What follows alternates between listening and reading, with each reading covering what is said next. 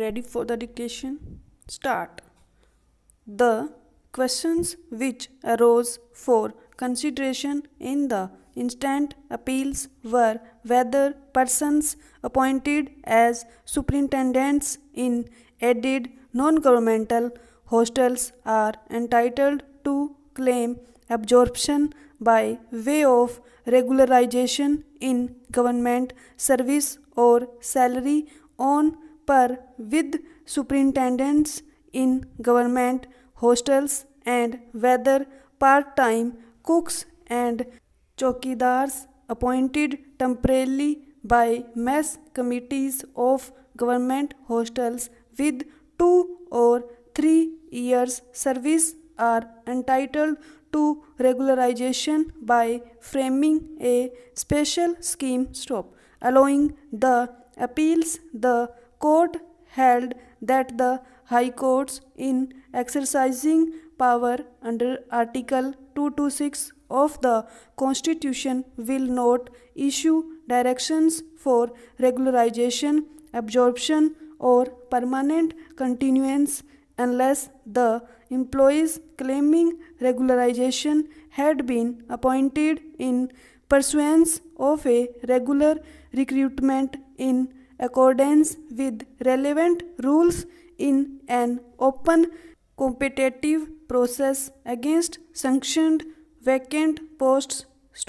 The equality clause contained in Articles 14 and 16 should be scrupulously followed, and courts should not issue a direction for regularization of services of an employee which would be violative of constitutional scheme.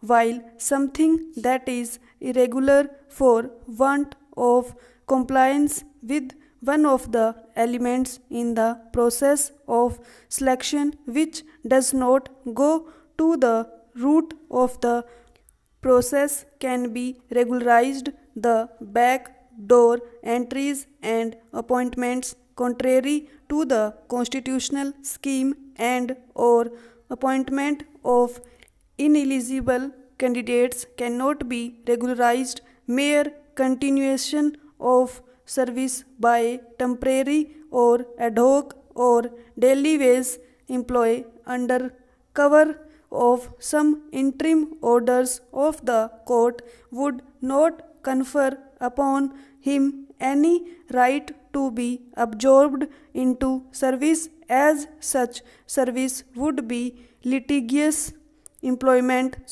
Even temporary, ad hoc or daily wage service for a long number of years, let alone service for 1 or 2 years, will not entitle such employee to claim regularization if he is not working against a sanctioned post.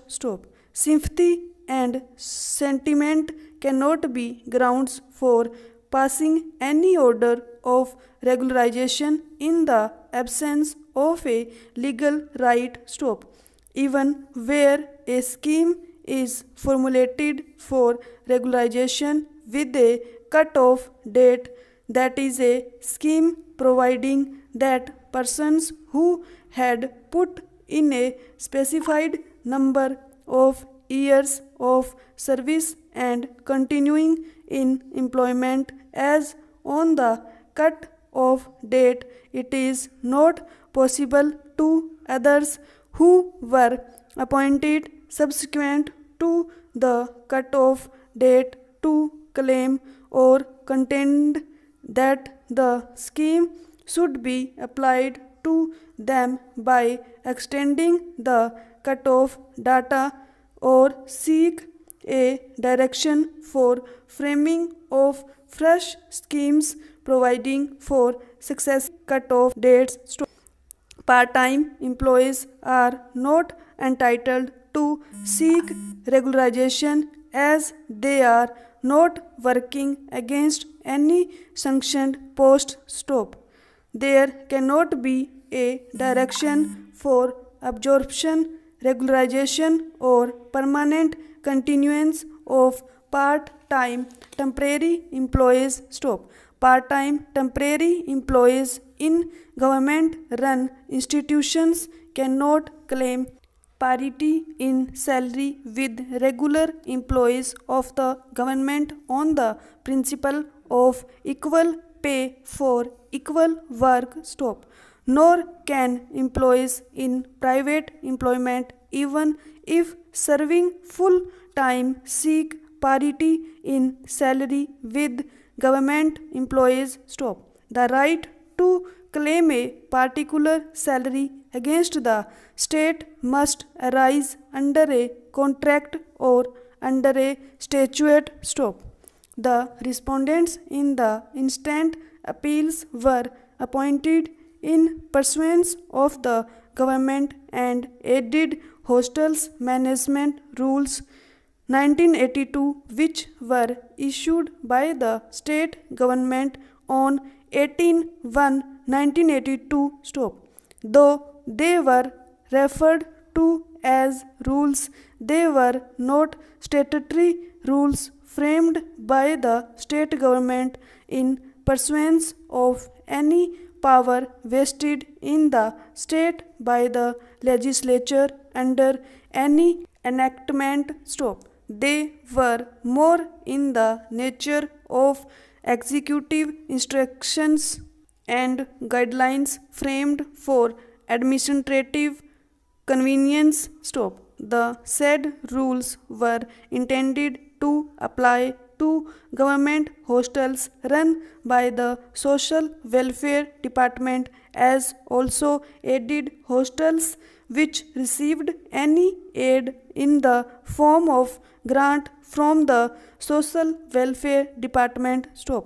In so far as aided hostels are concerned, the government is liable only to extend aid by way of a grant to students of 6 to 8 standards and students of 8 to 11 standards staying in such hostels to meet the expenditure of food, water, electricity, clothes, hair cutting, soap, oil, and shoes, and another grant for books and stationery of such students stop.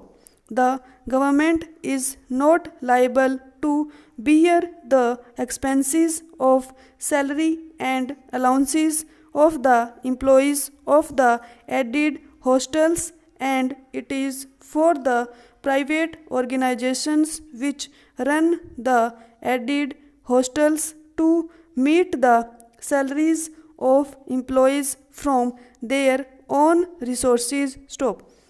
The persons employed in the aided hostels are the employees of the respective organizations running those hostels and not the employees of the government stop.